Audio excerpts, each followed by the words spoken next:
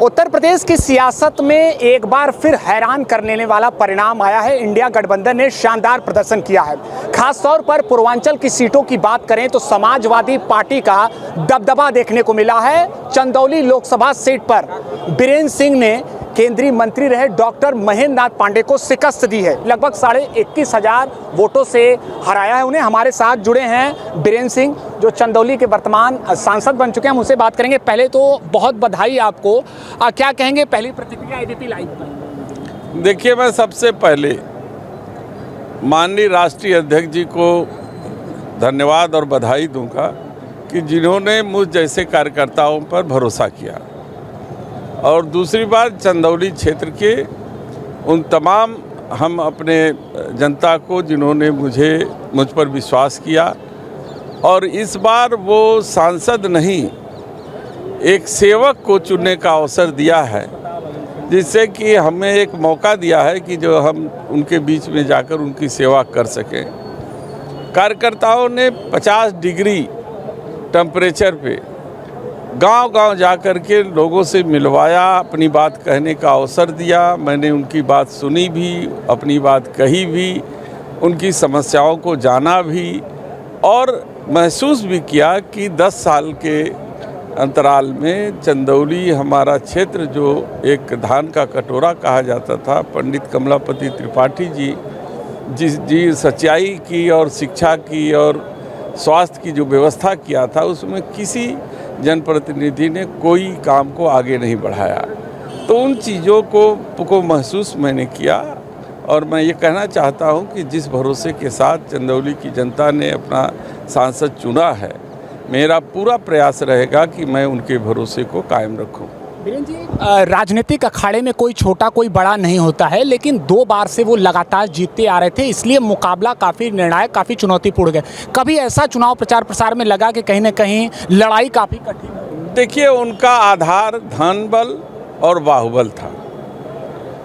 वहाँ पार्टी नहीं लड़ रही थी, वहाँ सत्ता लड़ रही थी।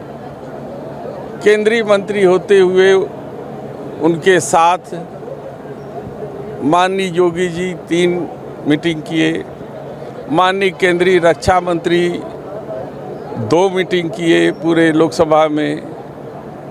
तमाम उनके बाहुबली जो विधायक हैं, जो जिला पंचायत सदस्य हैं, दोनों हमारे सब ब्लॉक प्रमुख हैं बाहुबली, वो सारे लोगों ने, यहाँ तक कि जनप्रतिनिधि, हमारे जो छोटे जनप्रतिनिधि हैं, प्रधान हैं, हमारे बीडीसी के सदस्य हैं, तमाम हमारी आंगनबाड़ी की महिलाएं हैं, अधिकारी कर्मचारी हैं, सबको डरा करके अपने तरफ ला करके उन पर प्रेशर दे करके वो चुनाव लड़ रहे थे।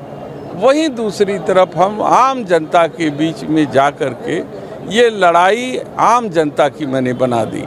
तो जनता मेरे साथ लड़ रही थी, गरीब लड़ रहा था, किसान लड़ रहा था, और वहाँ की वो आवाम लड़ रही थी जिनको अभी तक न्याय नहीं मिल पाया। वो नौजवान लड़ रहा था जो नौकरी के लिए तरस रहा था, जिसको रोजगार का झांसा दे करके आज तक बहकाया गया।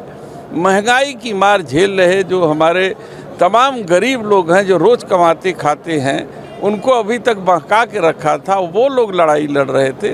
तो हम इन लोगों को लेकर के, हम समाजवादी व्यवस्था के तहत जो राष्ट्रीय अध्यक्ष जी ने पीडीए बनाया था, उस पीडीए को ज़मीन में पर उतार करके हम इस लड़ाई को लड़े और उसमें कामयाबी हासिल किए। बीरेंद्र जी, जब आपको टिकट मिला था तब हमने उस दिन भी आपका इंटरव्यू किया था। आप प्रदेश सरकार में मंत्री भी रहे हैं, राजनीतिक अनुभव लंबा रहा है, लेकिन क्या कभी आपने सोचा था कि संसद जाने का मौका मिलेगा? क्योंकि निश्चित तौर पर वहाँ जाना एक राजनेता के लिए, या यूँ कह ले कि हिंदुस्तान के एक ऐसे क्षेत्र से जाना एक बहुत बड़ी बात होती। क्या कभी आपने सोचा? देखिए, हर नेता जो राजनीति में है उसकी ख्वाहिश होती है कि देश में सबसे बड़ी पंचायत में जा कर के वो अपने क्षेत्र की समस्याओं को देश के सामने रख सके।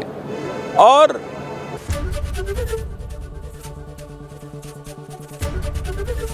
एबीपी गंगा, खबर आपकी, जुबान आपकी।